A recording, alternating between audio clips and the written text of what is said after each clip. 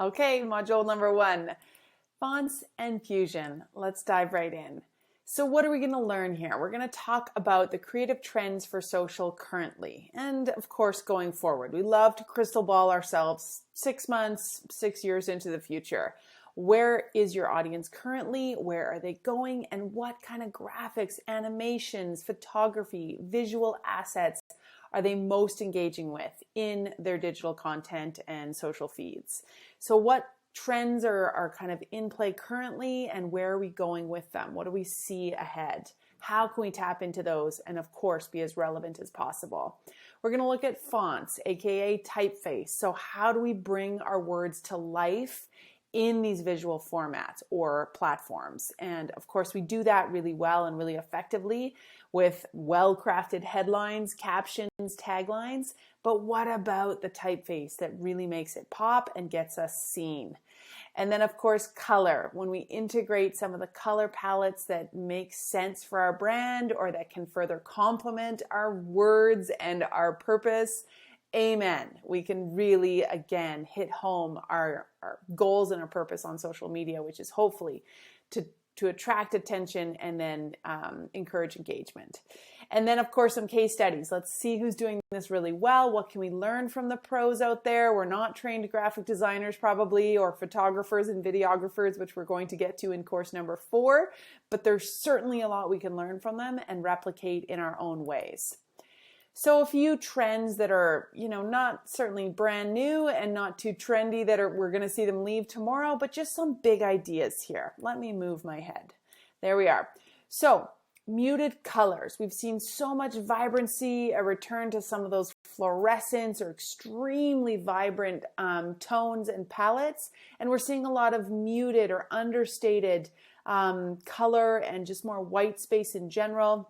It's not everywhere, but in some cases you're going to see that transparency, overlays, and just a really unique layering of more subtle tones, which I would encourage you to try and find in your travels and implement if it works for you. Minimalism. This goes without saying. We are seeing so many more cutouts like that, the women in the top right corner there, where you're just seeing a person's body or an icon or image that's cut out from the rest and it's got a transparent or a removed background. We're seeing minimalistic fonts and word marks, logos that are just simple and succinct and again, really eye-catching as a result. And then, of course, where we are overlaying text in our social graphics or posts, it's done in a way that is 1 or 2 words max. And it's, of course, then not feeling quite so salesy or overwhelming. Heavy but simple fonts, so big, bold fonts, but sometimes done in a really thin version of themselves, so a very thin line, or outline version, or perhaps a shadowed version, but really kind of simpler than we've seen in the past. Block fonts are still here, but maybe they're done in a way that's a little bit more modern and crisp.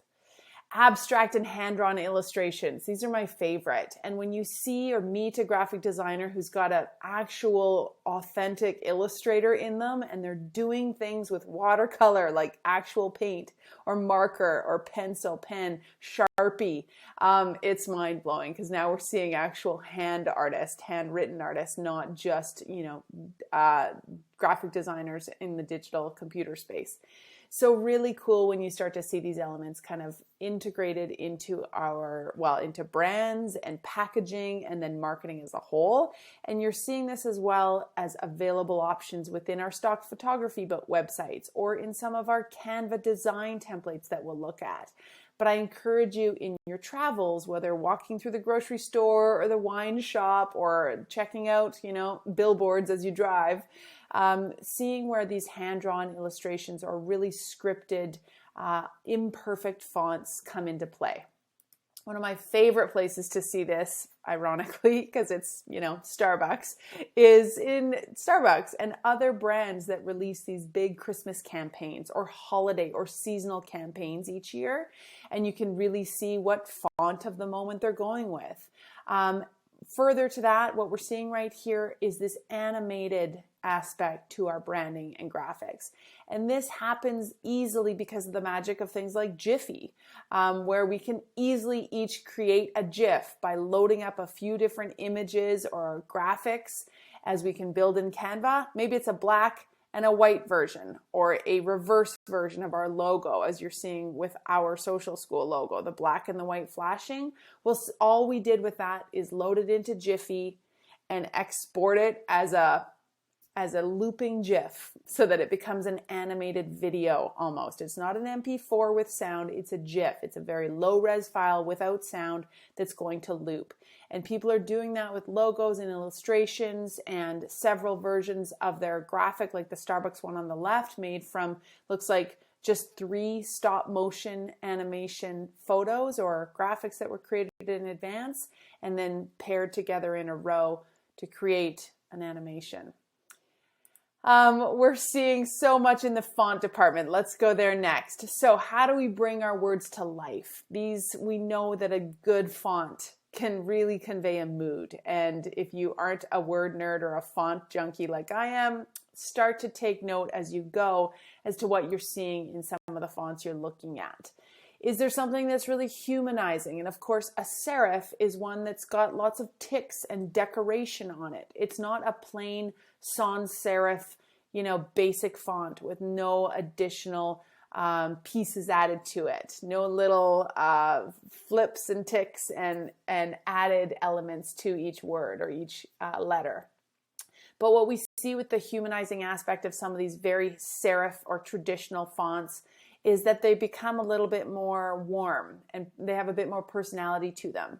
At the same time, with the round sans serif fonts, we can achieve a lot of personality as well, just done in a different way, and sometimes added elements like the actual letter 8 in the 88 Breweries, brewing company's logo, or Casper with that fun little C, just the smallest little things that can make us feel like it's been modded or made their own and brings us in, and it becomes very memorable. Rustic fonts, so throwback kind of traditional fonts that speak to the brand and make a lot of sense if that's who they are. Wide open minimalism on the opposite end of the spectrum, which is just very, very simplistic. Lots of air and space and kerning or letter spacing and sometimes line spacing too, to give us lots of breathing room as we're looking at that font or reading that logo or that cover image or whatever it is.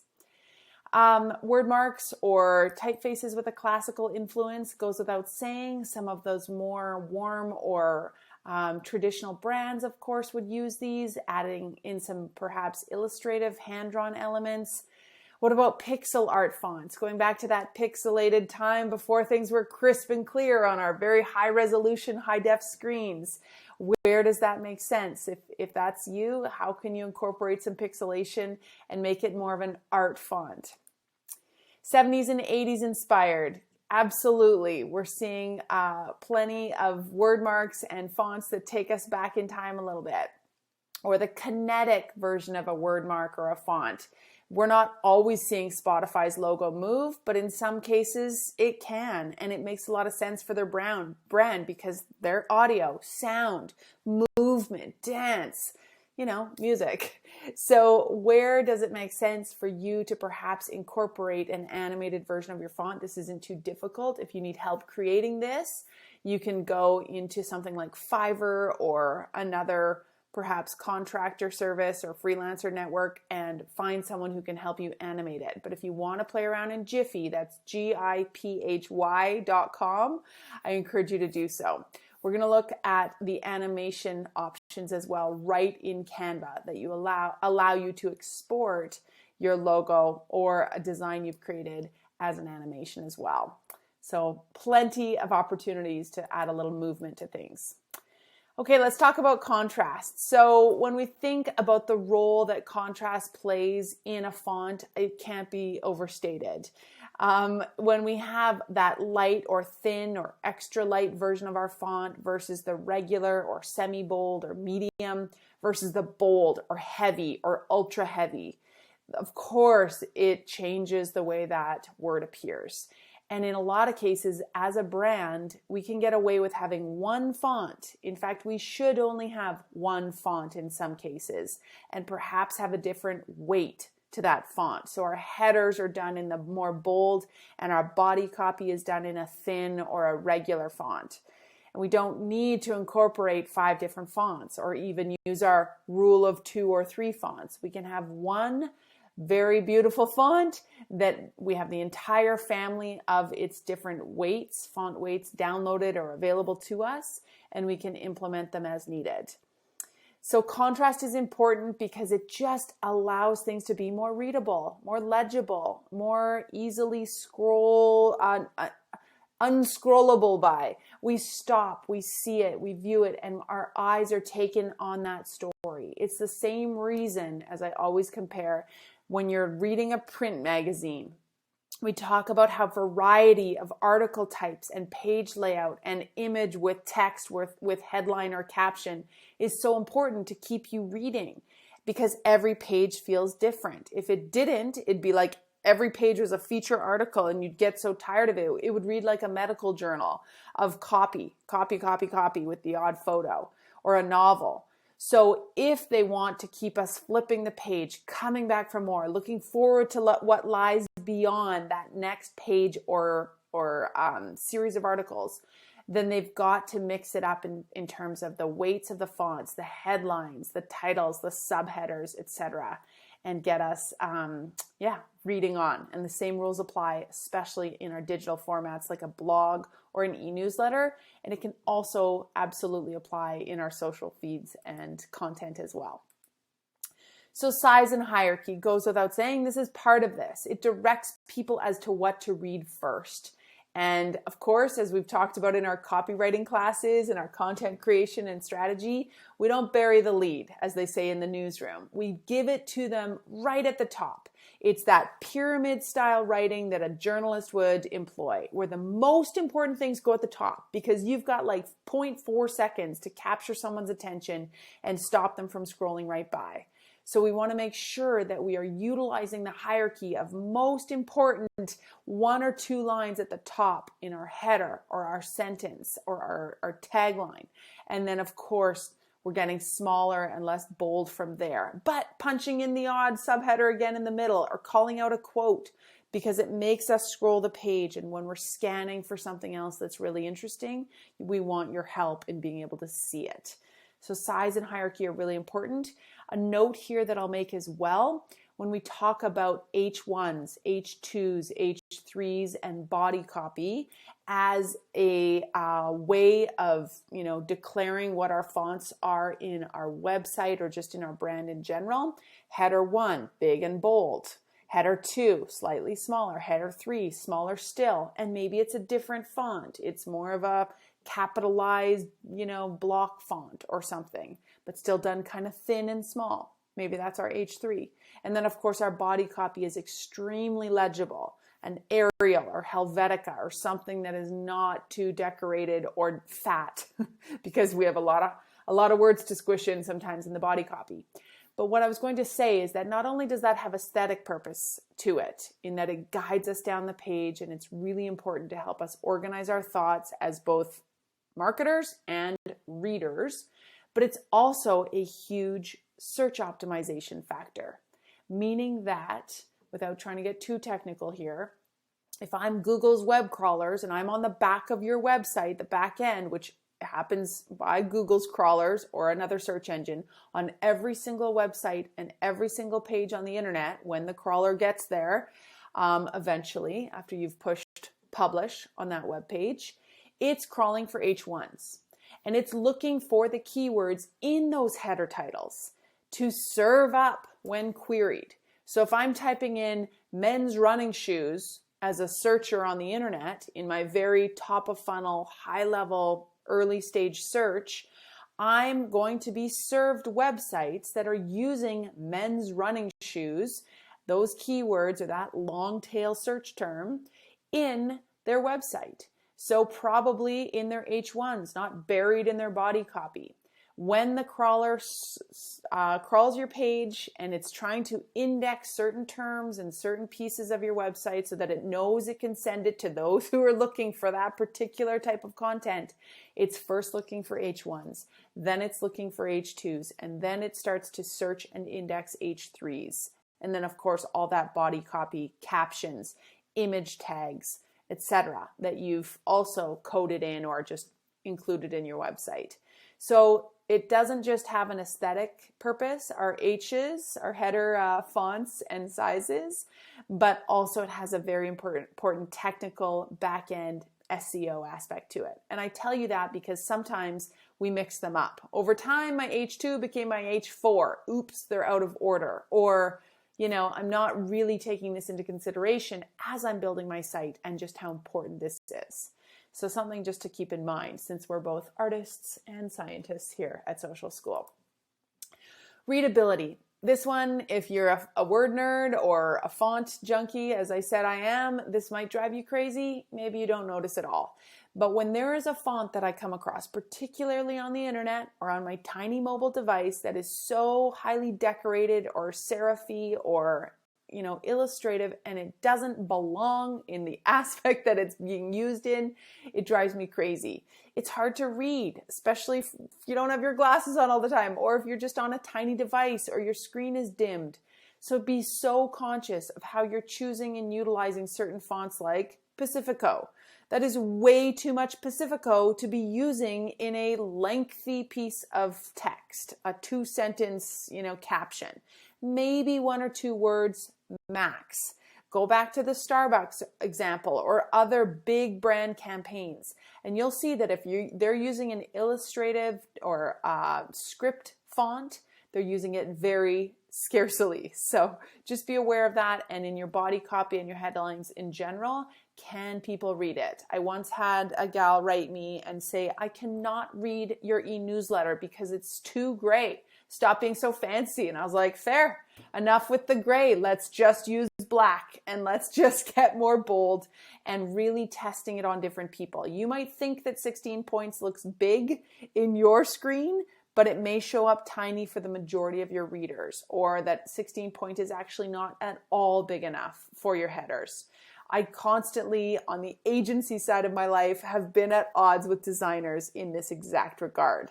Because a true designer will tell you that there is no such thing as too much white space. There is no such thing as too tiny of a font, and that it's going to be just fine. People can read it. That's art. And that's where you have to be a bit strategic as well and say, well, no one can read that art, myself included, so punch it up a little bit. I notice this a lot in billboards. I can't help it. It's a huge piece of art, and you can really see when they're a little bit too heavy towards the art side and less towards the legibility side. And you can also see it in the flip side, where it is such amateur hour because the fonts are gigantic and it is overkill, and there was never an artist anywhere present to say, whoa, ease it up a little bit. Let's scale that back. Okay.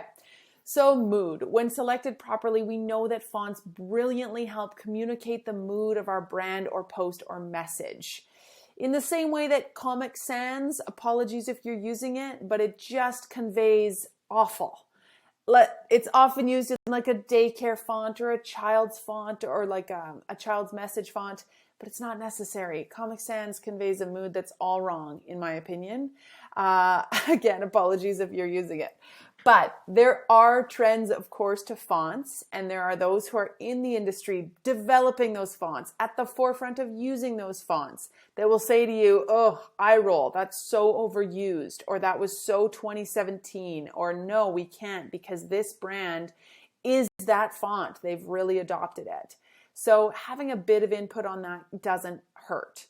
But for the most part, you know what the font is trying to convey when you see it. Times New Roman or a traditional font like Playfair Display. These are, doing their job as a traditional or sophisticated font that is both very legible and also recognizable, and it does its job in maybe punching up the level of decorum or sophistication of your brand.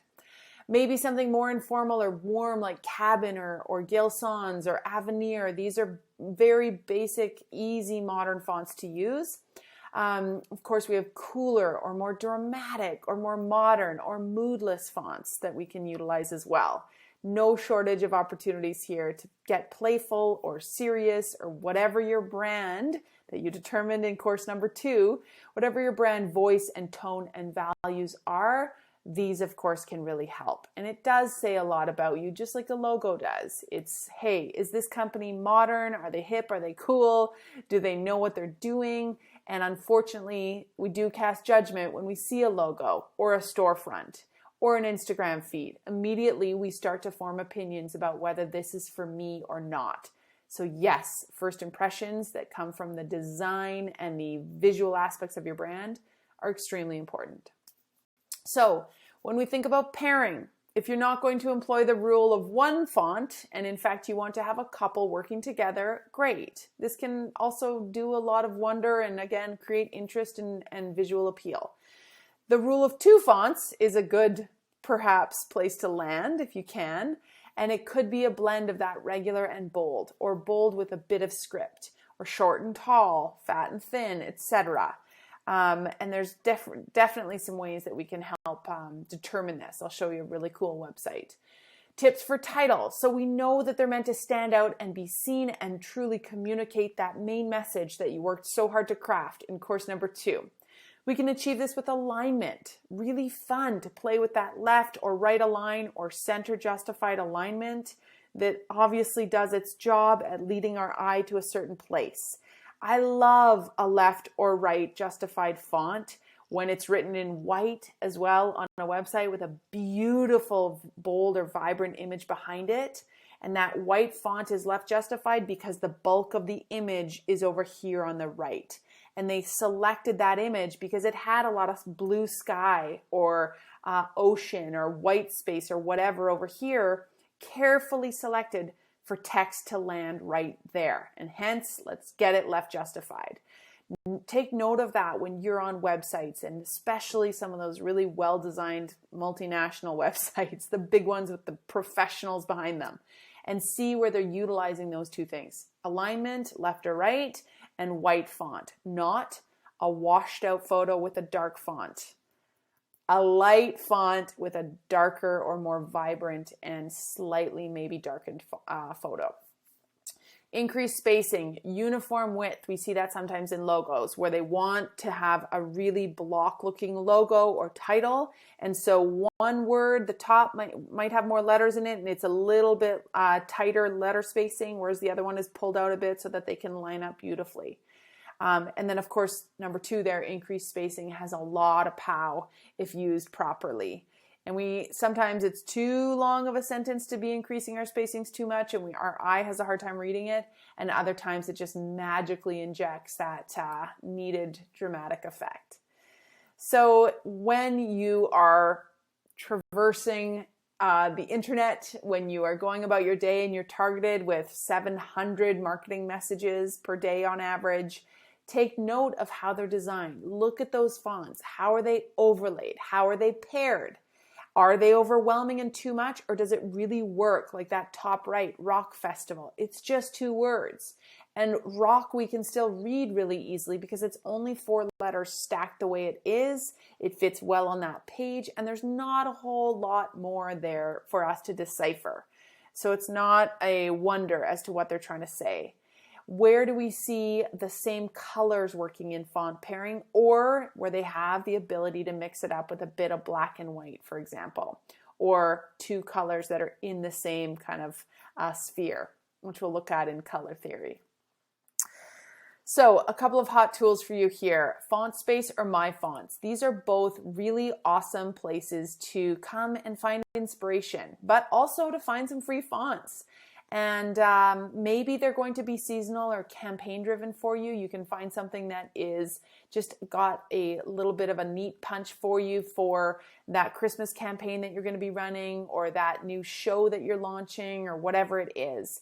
You've got the opportunity to pull something in that's quite funky. And of course, I can do all sorts of really fun things here in the search bar and find things that I might be looking for that could help me, in my industry or in my brand that's already existing, with some suggestions from them.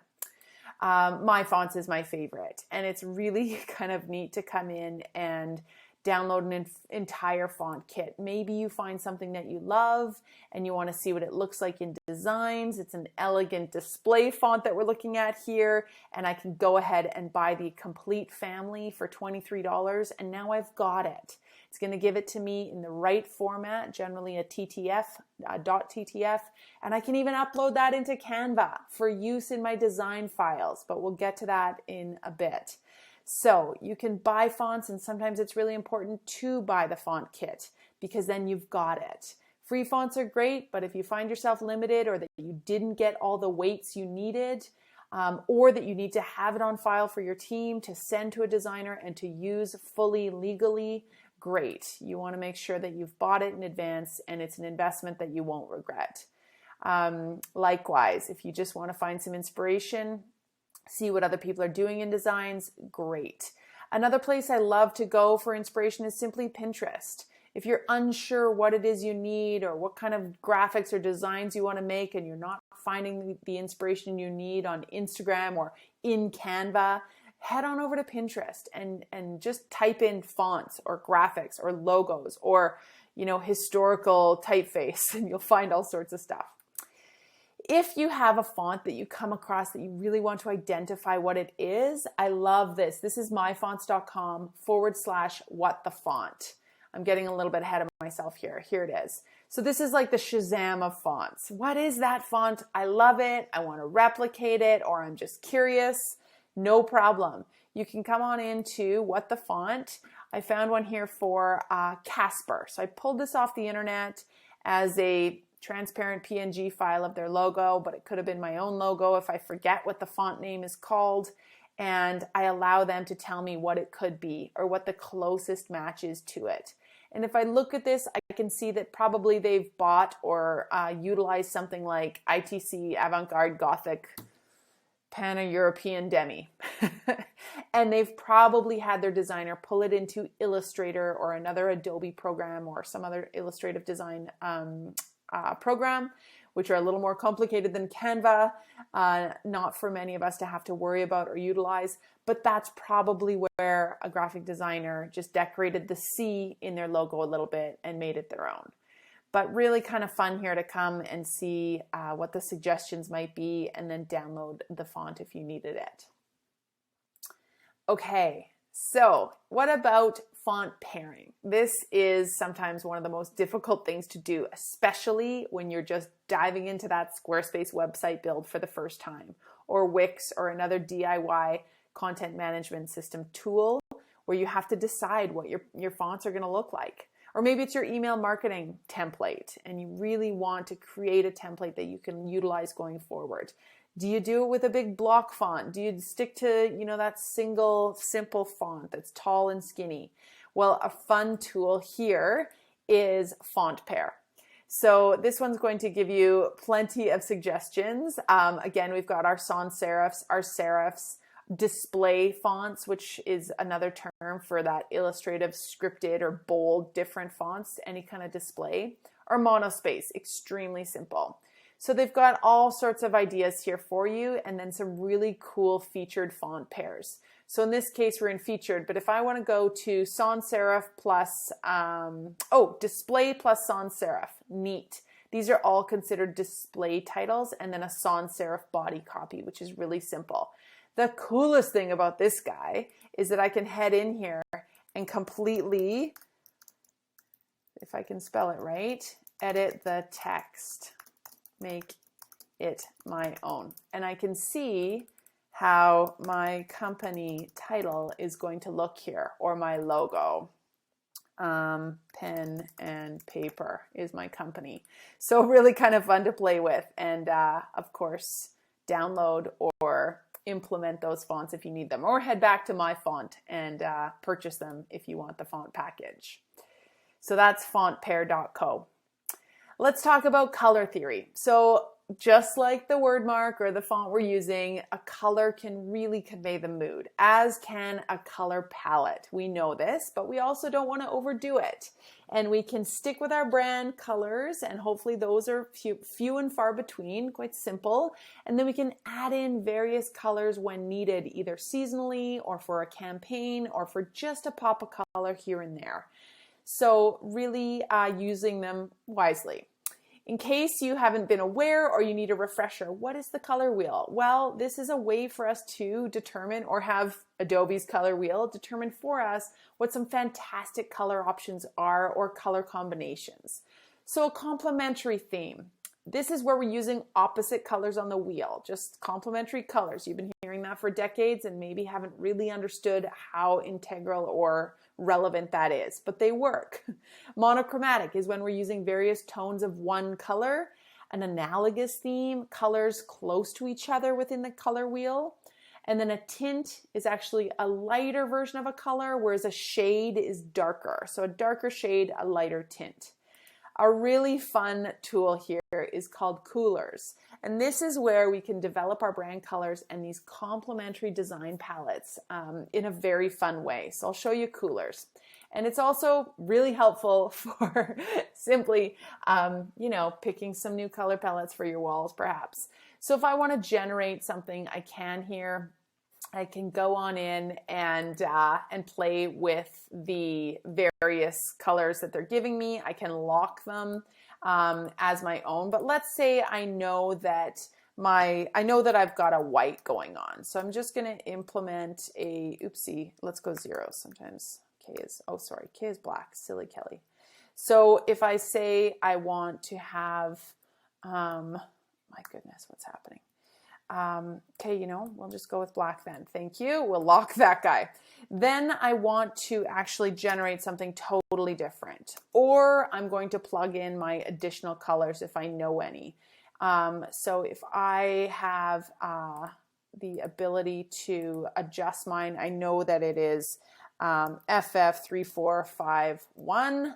There's my color pink. Great, I'm going to lock that as well, and then I can just hit the space bar until I come up with some kind of cool complementary colors that will flesh out my palette. For the most part, you should know what your main colors are, and see if that's a color. There we go. I've got a yellow in there. That's awful. But you should know, oops, I forgot to lock it. You should know what your main 2 or 3 colors are, and then you can utilize this if you want to add in a couple cool seasonal or campaign colors. A better way to do it perhaps is with the Adobe color generator that you can pull from an image, which I'll show you in a minute. So we've got Coolers, and then we also just have to first have an understanding of hex codes versus RGB versus CMYK. So when we're in a digital space, we're being asked to use a hex code. That's what those 6-letter digits were that I was just playing with. So it starts with the pound symbol, and then it's got a 5 or 6 letter number combination that dictates the color. It's got a corresponding RGB. That would be our color wheel, or the traditional way of labeling a color. Which is a little different from a Pantone color, which is a little different from CMYK, which is your print color. Remember, if you're filling your printer, it's the C and the cyan, magenta, yellow, and black is the K. So we want to convert these if needed, and we can do that through rapidtables.com really easily, or just type in it and Google it. Just say RGB to hex, and you'll get a converter right there in your search bar. But you can also go into something like rapidtables.com. They have endless amounts of conversions here, which are really, really helpful. And then I can type in my hex code, and it'll spit out for me what the corresponding RGB code is. And I can do the same if I need it in CMYK. Of course, they're always going to be a little different, so we have to be careful of that. That's why printers, if you're ever printing something, will give you a sample of what that actually looks like in real life, because a digital screen can be a bit different. Color.adobe.com is one of my favorite places. So within this, beautiful tool, we've got so many different, just cool things that we can do and play with here. Again, we're in the color wheel. We're seeing different hex codes, and we're seeing their RGB level. So again, just pretty basic stuff. But if I have a great photo, for example, that I stumble across on Instagram or Pinterest or, on my own website, and I want to pull that color palette or that hex out of it, I'm going to drop in my picture into Extract Theme. This is a free tool from Adobe. It's awesome. And now I can see the actual hex colors and this palette that it's suggesting to me taken from this beautiful image. Perhaps I'm not loving it. I don't want the brown. I want to instead trend or tend to more of a green. So I can kind of play with that a little bit.